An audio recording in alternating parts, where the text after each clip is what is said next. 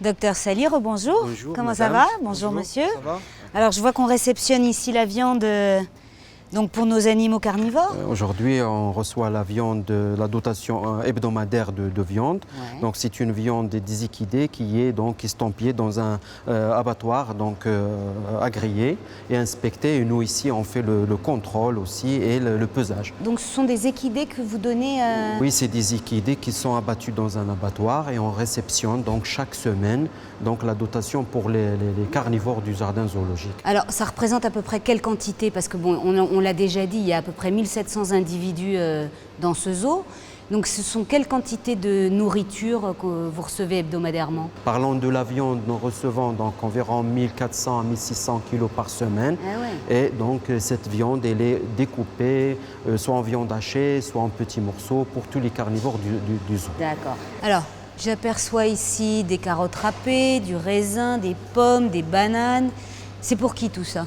Pour nos animaux du jardin zoologique, comme vous le remarquez, il y a une diversité donc, des rations alimentaires. Donc environ 120 rations alimentaires sont préparées chaque jour en respectant les régimes alimentaires par classe d'animaux. Par exemple, ici, on voit donc, des rations destinées à un animal carnivore avec des morceaux de viande coupés et de la vitamine. Donc ça, c'est pour un individu? C'est pas pour un individu. D'accord. Il y a les fruits, donc les animaux qui ont besoin de fruits et de légumes. Donc on Les donne chaque singes. jour les singes. Donc il y a toute une ration alimentaire qui est préparée et cette ration elle est calculée sur la base des besoins d'entretien et de reproduction des animaux. D'accord. Et parallèlement à ça, donc on ajoute les vitamines, les oligo-éléments pour tous les animaux du zoo. D'accord. Vous les ajoutez directement dans les rations? Il y a des vitamines, des minéraux qu'on ajoute dans la ration ou bien dans l'eau de boisson.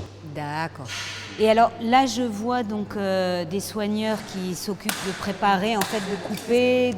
Donc ici, en fait, si je comprends bien, vous réceptionnez les aliments en l'état et tout est découpé, préparé directement par les équipes de soigneurs. Effectivement, donc nous recevons à la cuisine centrale et au magasin de stockage toutes les denrées alimentaires et l'alimentation générale. Même des dates Oui, ici, donc on prépare les rations alimentaires pour les animaux en fonction de leur régime alimentaire. Comme vous remarquez ici, donc il y a pour chaque animal ou bien groupe d'animaux sa ration. Cette ration elle est calculée sur la base donc, elle est de ses besoins nutritionnels ou bien de reproduction. Et donc il est diversifié en fonction des denrées donc, qui lui sont destinées. Là, on a aussi des graines. Oui. Donc ça, c'est pour qui? Alors ça, c'est pour les singes. Donc il y a donc, les cacahuètes, il y a le tournesol, il y a l'aliment industriel. Et donc nous diversifions la ration alimentaire pour tous les animaux, donc pour répondre à leurs besoins et à leur régime alimentaire.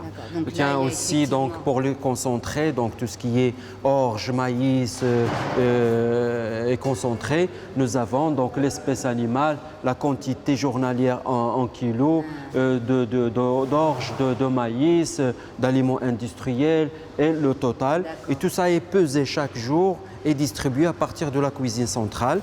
Et les soigneurs au niveau du zoo, donc ils donnent ces rations alimentaires pour chaque animal ou bien un groupe d'animaux. C'est-à-dire la chaîne elle est maîtrisée depuis l'inspection des denrées alimentaires et sa pesage jusqu'à l'animal.